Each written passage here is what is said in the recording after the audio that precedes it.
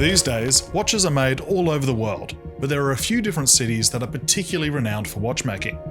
Besançon, for instance, is the historical capital of watchmaking in France, and Swiss towns like Le Locle, Schaffhausen, Geneva and Neuchâtel are world famous for their watches. Germany too has one particularly famous watchmaking town, Glashütte. Nestled in the Saxon countryside, it is the birthplace and home of German watchmaking, with firms like A. Lange & Söhne, Nomos, Tutemer and of course Glashütte Original all found in this small village. A particularly underrated Glashütte brand is Mühle-Glashütte.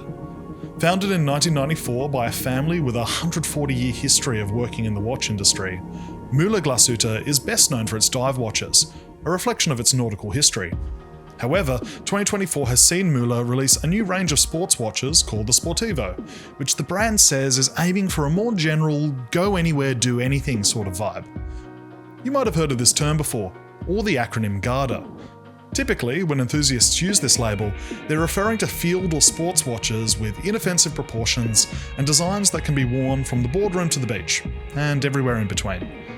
The Mühle-Glashütte Sportivo definitely leans sporty rather than dressy, stretching that Garda label, but it's undeniable that it has a versatile appeal.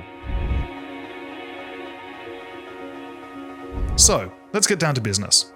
The Sportivo collection has launched with 3 different watches: the Sportivo Compass Date, the Travel GMT, and the Active Chronograph. Germans are efficient, and all 3 do what they say on the tin. They also all share the same fundamental design and case diameter, measuring up at 42.5mm. The Compass Date and GMT are both 11.4mm thick, while the chronograph is slightly thicker at 15.5mm. All 3 are water resistant to 300 meters, meaning there's still a bit of dive watch DNA in there. The simplest of the 3, the Sportivo Compass Date, has a bidirectional compass bezel with a ceramic insert, a date window at 3 o'clock, Arabic numerals at 12 and 6, atop a beautifully textured dial that resembles running water, and a funky blue and bright green colour scheme.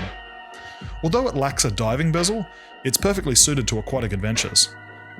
Under the hood beats a Mühle-modified Sellita SW200-1, one of the most prolific movements in watchmaking today, which has a 41-hour power reserve and has been modified to use Müller's particularly shockproof woodpecker neck regulation.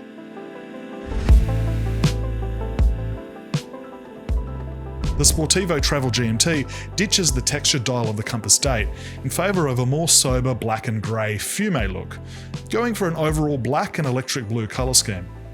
Mühle explains that this is to aid legibility while tracking multiple time zones, with 24-hour sectors found below its indices. A Sellita movement can also be found within, in this case the SW330-2, a Caller GMT movement with a 56-hour power reserve that has also been modified by Mühle.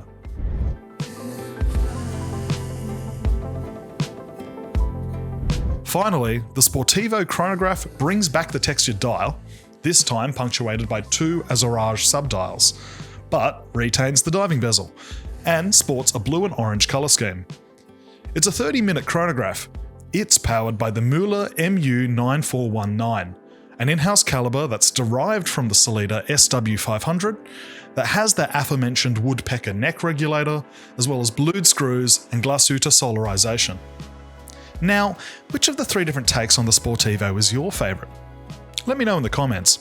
Personally, I like the look and colour scheme of the GMT the best, although I kind of wish it had the same textured dial as the other 2 models. I think many collectors will find the Sportivo to be the perfect one watch in any of its guises.